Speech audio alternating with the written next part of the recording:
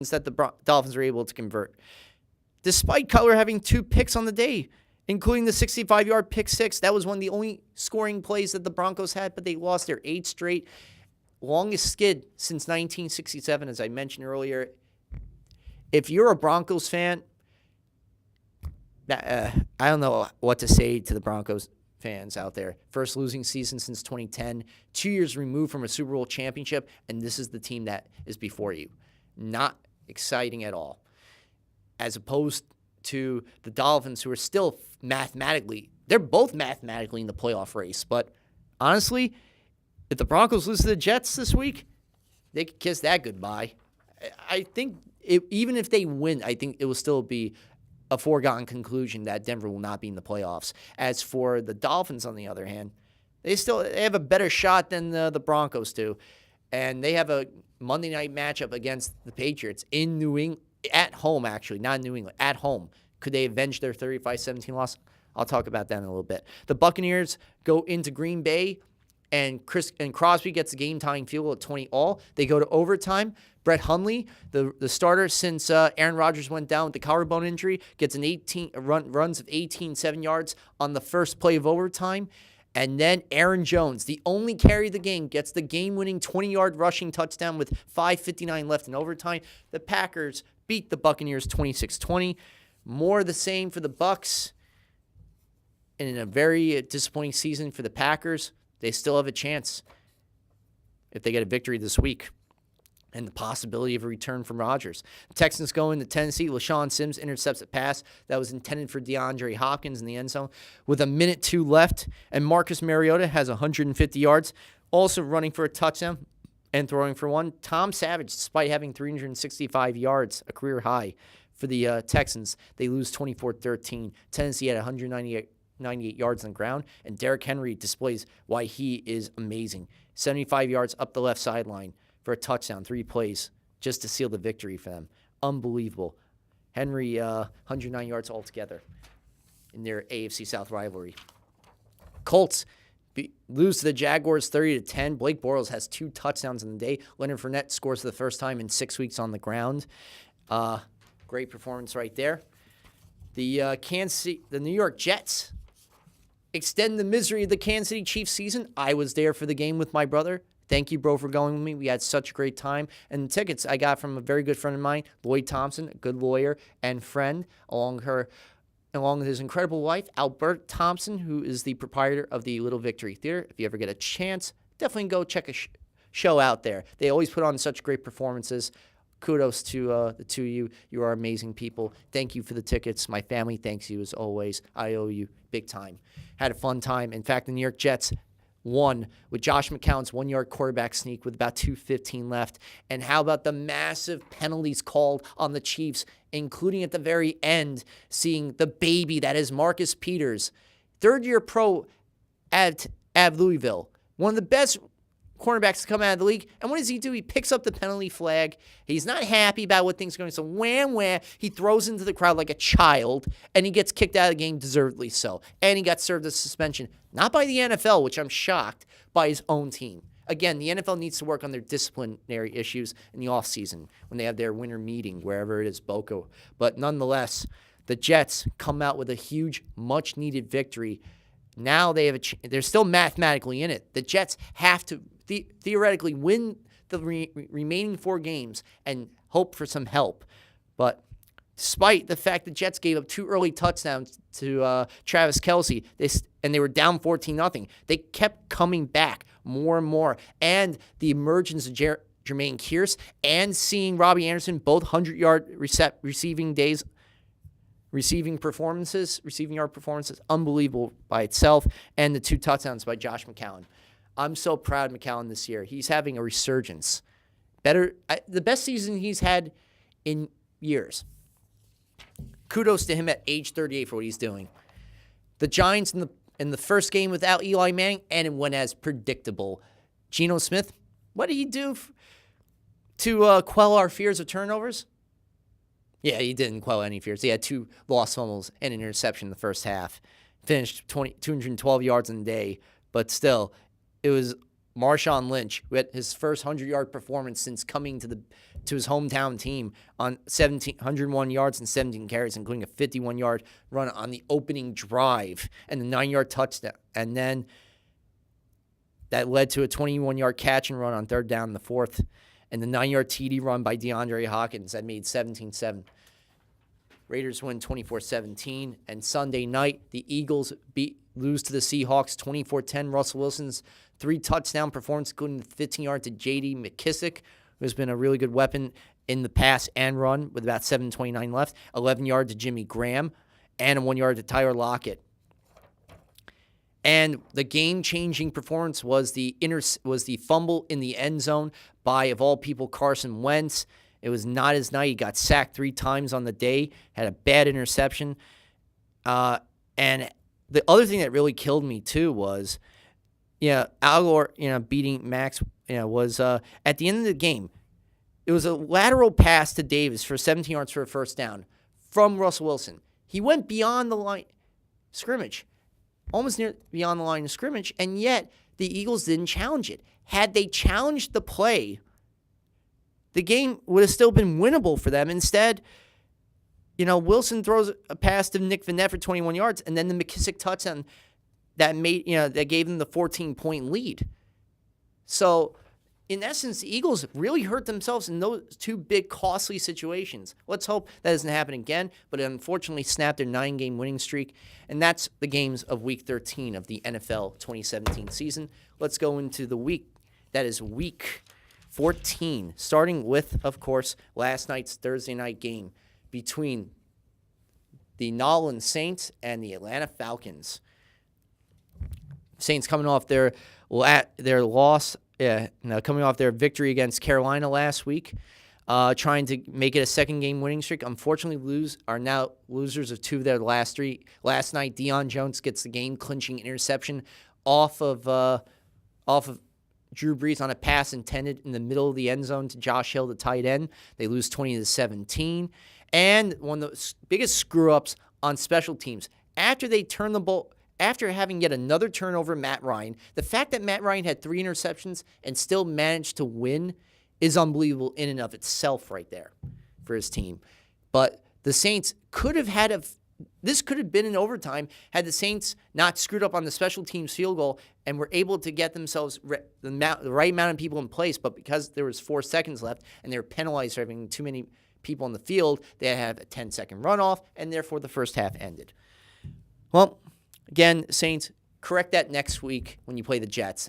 But other than that, the unfortunate concussion, Alvin Kamara didn't help, and the mounting injuries that piled up on New Orleans. This is why people are going to try and call for an end to Thursday night games, because they don't get that much rest. And I can see why now people don't like Thursday night football. And seeing these injuries, especially weeks ago when Richard Sherman had the season-ending ACL tear, that right there, was another prime example of why maybe the NFL might have to close down Thursday night football games. I don't know if they will, but these injuries are not helping the case for why Thursday night football should be kept in place.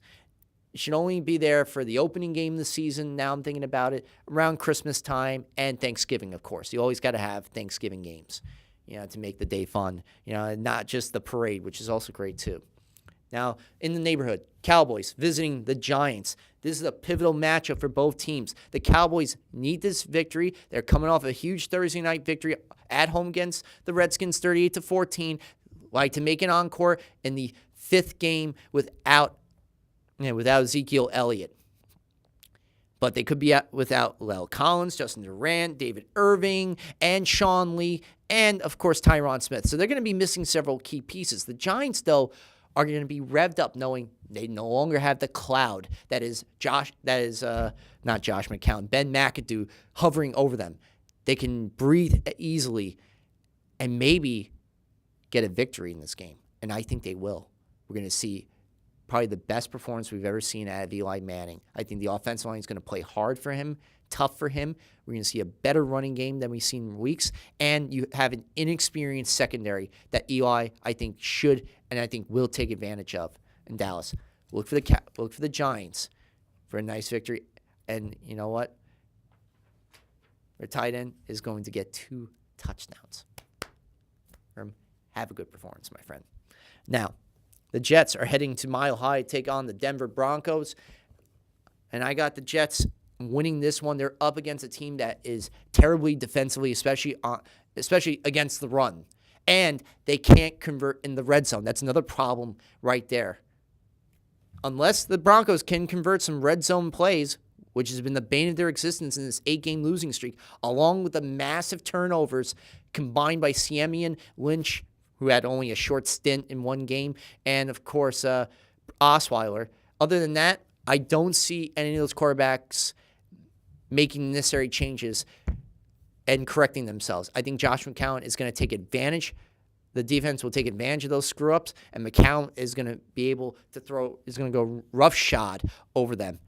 And I'm hoping they got used to the thin air, because that also can be a killer too for players. But I think McCown and company, along with their running game, especially with Matt Forte, this is going to be a huge day for them on the ground. Look for the Jets to pull out a very big, convincing victory on the road. And maybe, with some help, climb even further up in the race for that sixth and final wildcard spot in the AFC playoff picture. Eagles, Rams, one of the biggest games of the week. This right here could either make or break one of their seasons for that second spot right now. And I'm thinking to myself, this Rams team, with the amount of points they've been scoring, the defense is just lights out. But yet, the Eagles decide to stay in the West Coast, smart thing on their part, to get ready for this particular matchup at the Coliseum. And what I love about this matchup, you have the top 2 picks from the 2016 draft going up against each other. I love these types of matchups. I remember a few years ago when they had Mariota and Winston play each other in the first week of the season. So it's always exciting to see the future play against each, become the present for that one moment, for that 1 week. And I got the Rams winning. I think the Eagles defense is still going to reel from that loss this past week. Look for the Rams, especially with Sammy Watkins. I think he'll take advantage of the secondary. Look for a lot of deep post route plays with him. And then and look for not just him, but I think Robert Woods is going to take advantage of the other side of the field. And you're going to see a very good running performance by Todd Gurley. He had 158 total yards last week. I think he'll have yet another huge performance like that on the ground. Don't get me wrong. Wentz will make some plays. It will be a close game, somewhat close game, but I think in the fourth quarter, look for the Rams to pull out the victory.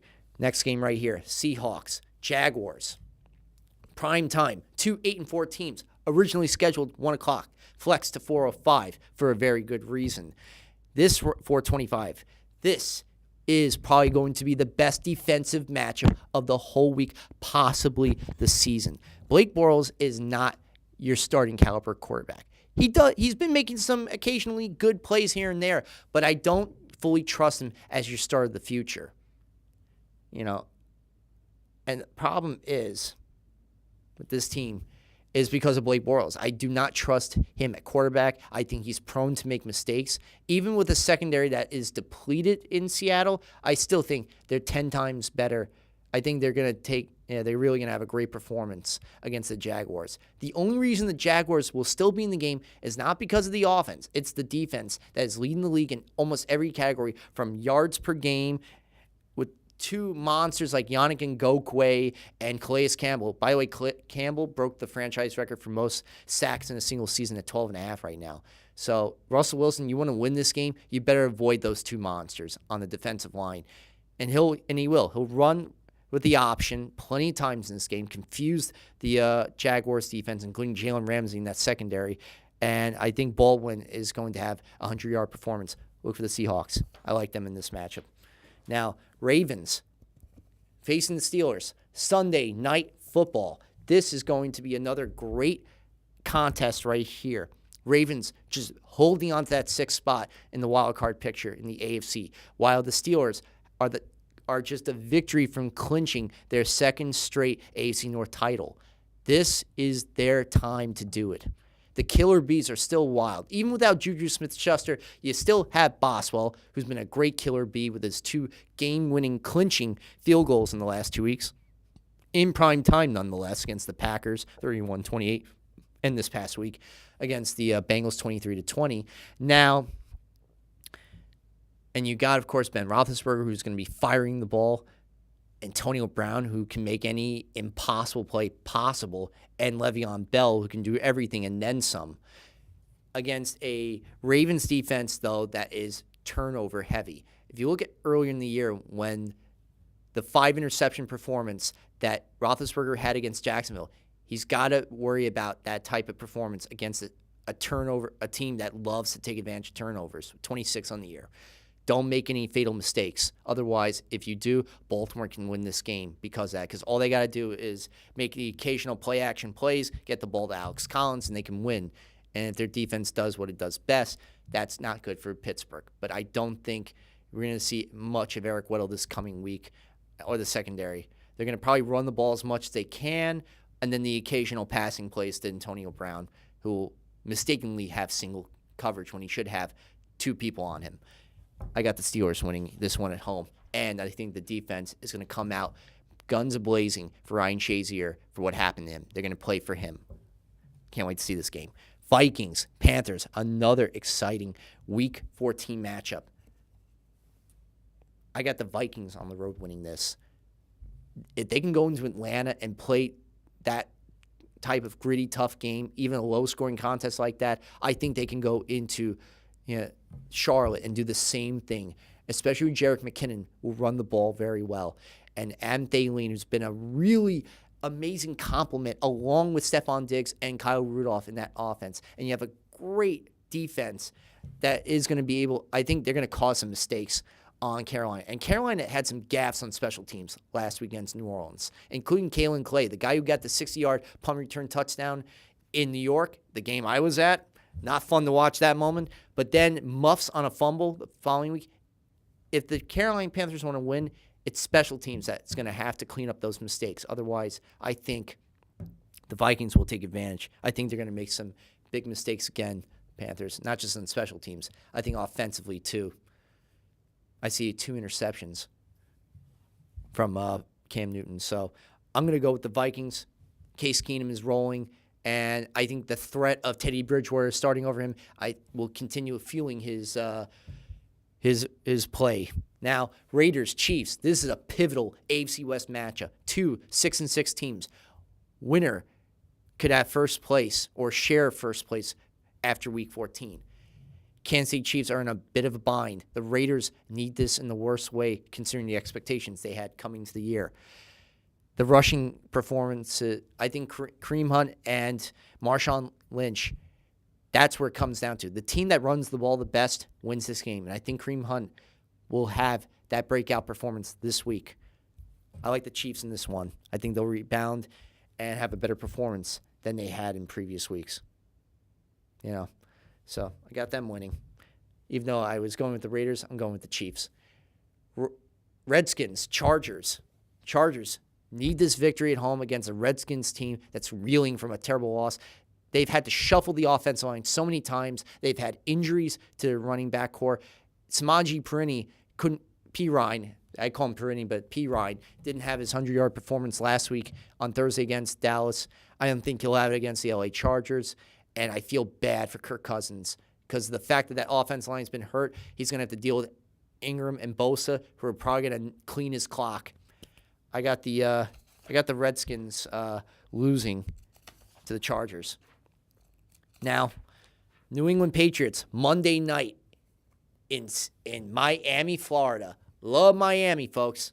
Of course, I got a place down in Miami. Love South Florida. The flair, the style, the food, the atmosphere, the shopping. If you're ever in Florida, please check out Sawgrass Mills.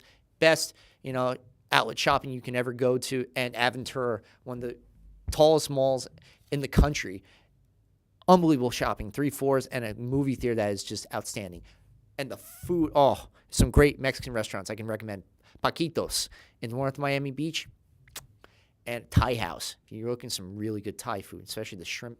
I'm so hungry, folks. I can't wait to eat after the show's over.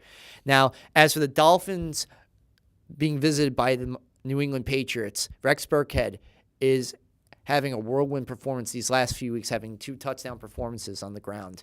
And the balance that they have on passing and rushing for the Patriots, despite the suspension Gronk. This is going to be the week. If you're a fantasy owner, put Dwayne Allen in. He's going to get plenty of targets this week. Look for him to have an outstanding performance.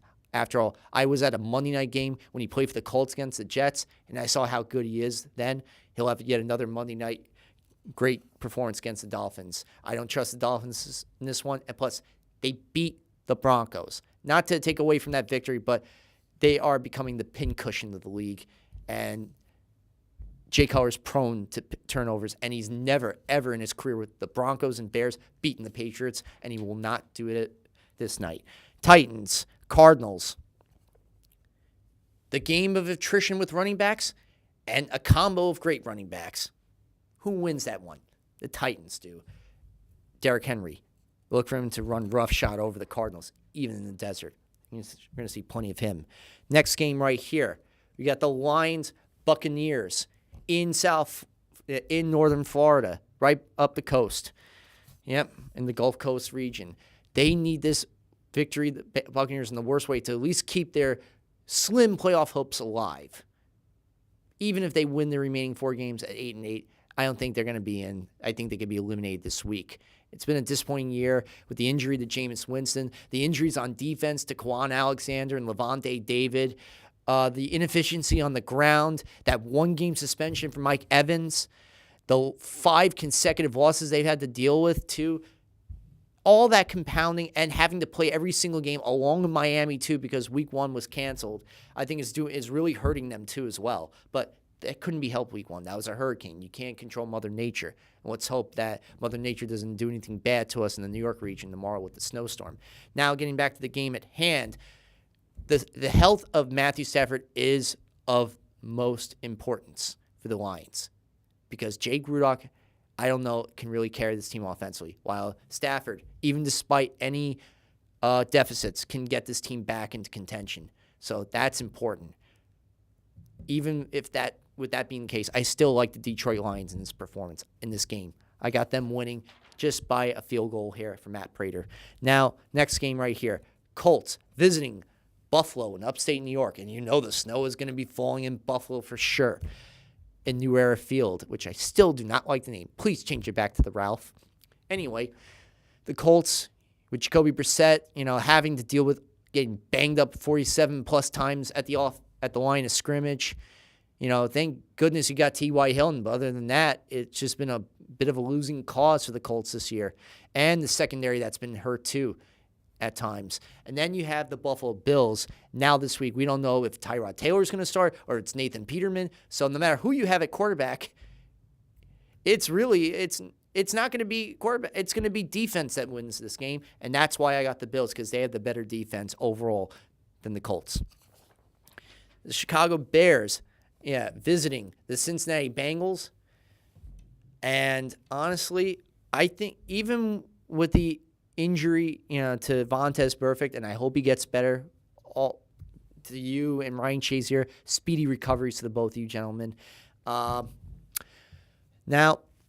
as for the Bengals in this particular game against Mitchell Trubisky, who had yet another lackluster performance at home last week, I don't trust the Bears with Trubisky as a starter. They need a new quarterback. This is not a good year for John Fox. Look for him to he might lose his job this week. And I think it's going to be a bad day for him and the Bears.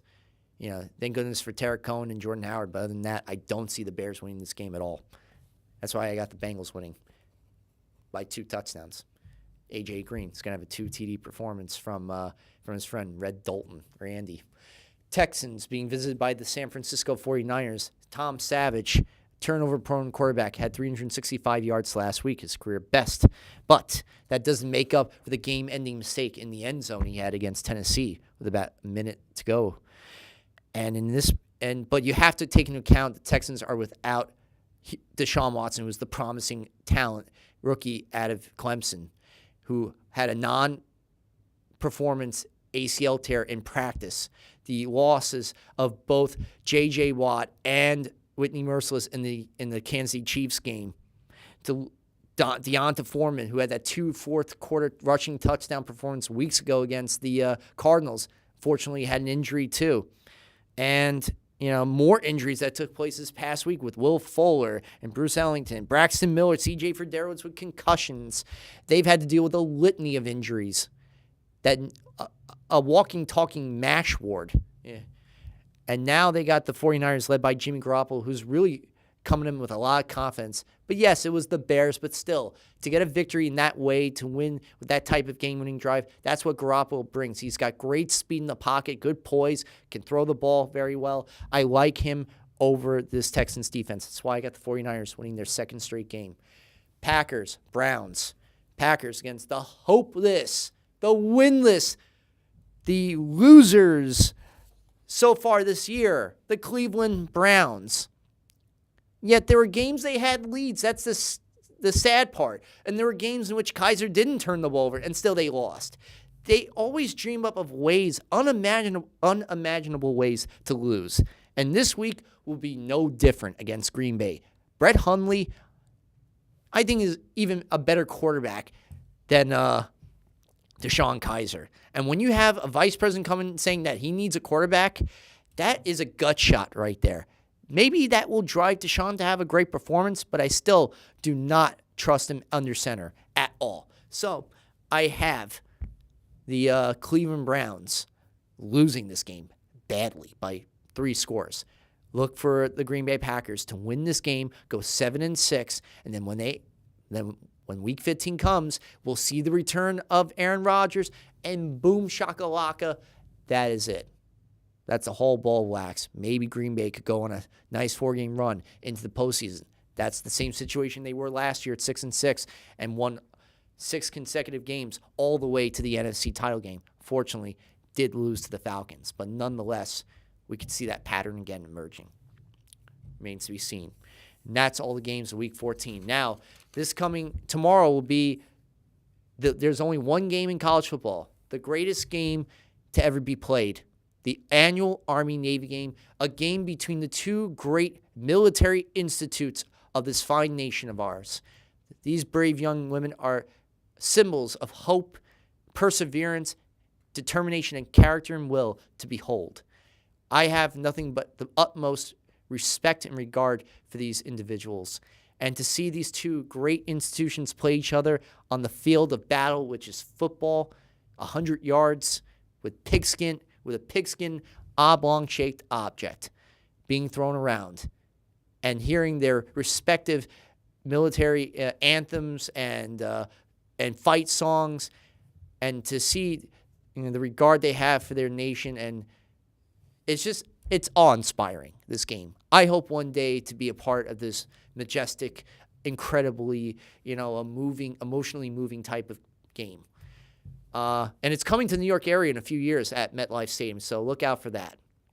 Congratulations. No matter who wins this game, it might sound corny, but America is the winner because we get to see this type of performance close out the regular season of college football.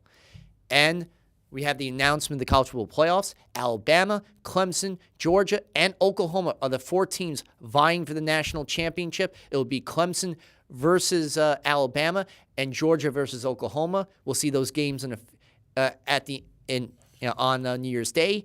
And tomorrow night, coinciding with the last regular season game between Army-Navy, will be the annual Heisman Trophy ceremony in New York to determine who will win the most prestigious trophy in all of college football. Will it be Baker Mayfield, the quarterback out of Oklahoma, becoming the 6th sooner to do it? Will it be Lamar Jackson, who won last year, be the first repeat since Archie Griffin, the running back from Ohio State, with a consecutive trophy? Or the running back Bryce Love out of Stanford University?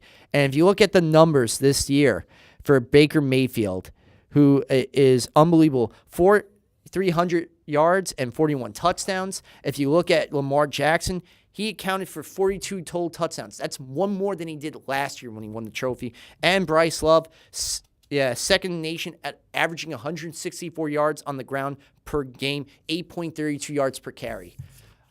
I'm thinking it's going to be Baker Mayfield. Folks, thank you every single week for inviting me into your living rooms. Always enjoy doing this. For all the hardworking men and women at CTV, for Mr. Kenny Graham, who does a great job as always behind the booth, I want to thank you for watching the show. I'm Eric Rosen. I'll see you here next week for another episode of the Blitz Zone. Good night and peace, Staten Island.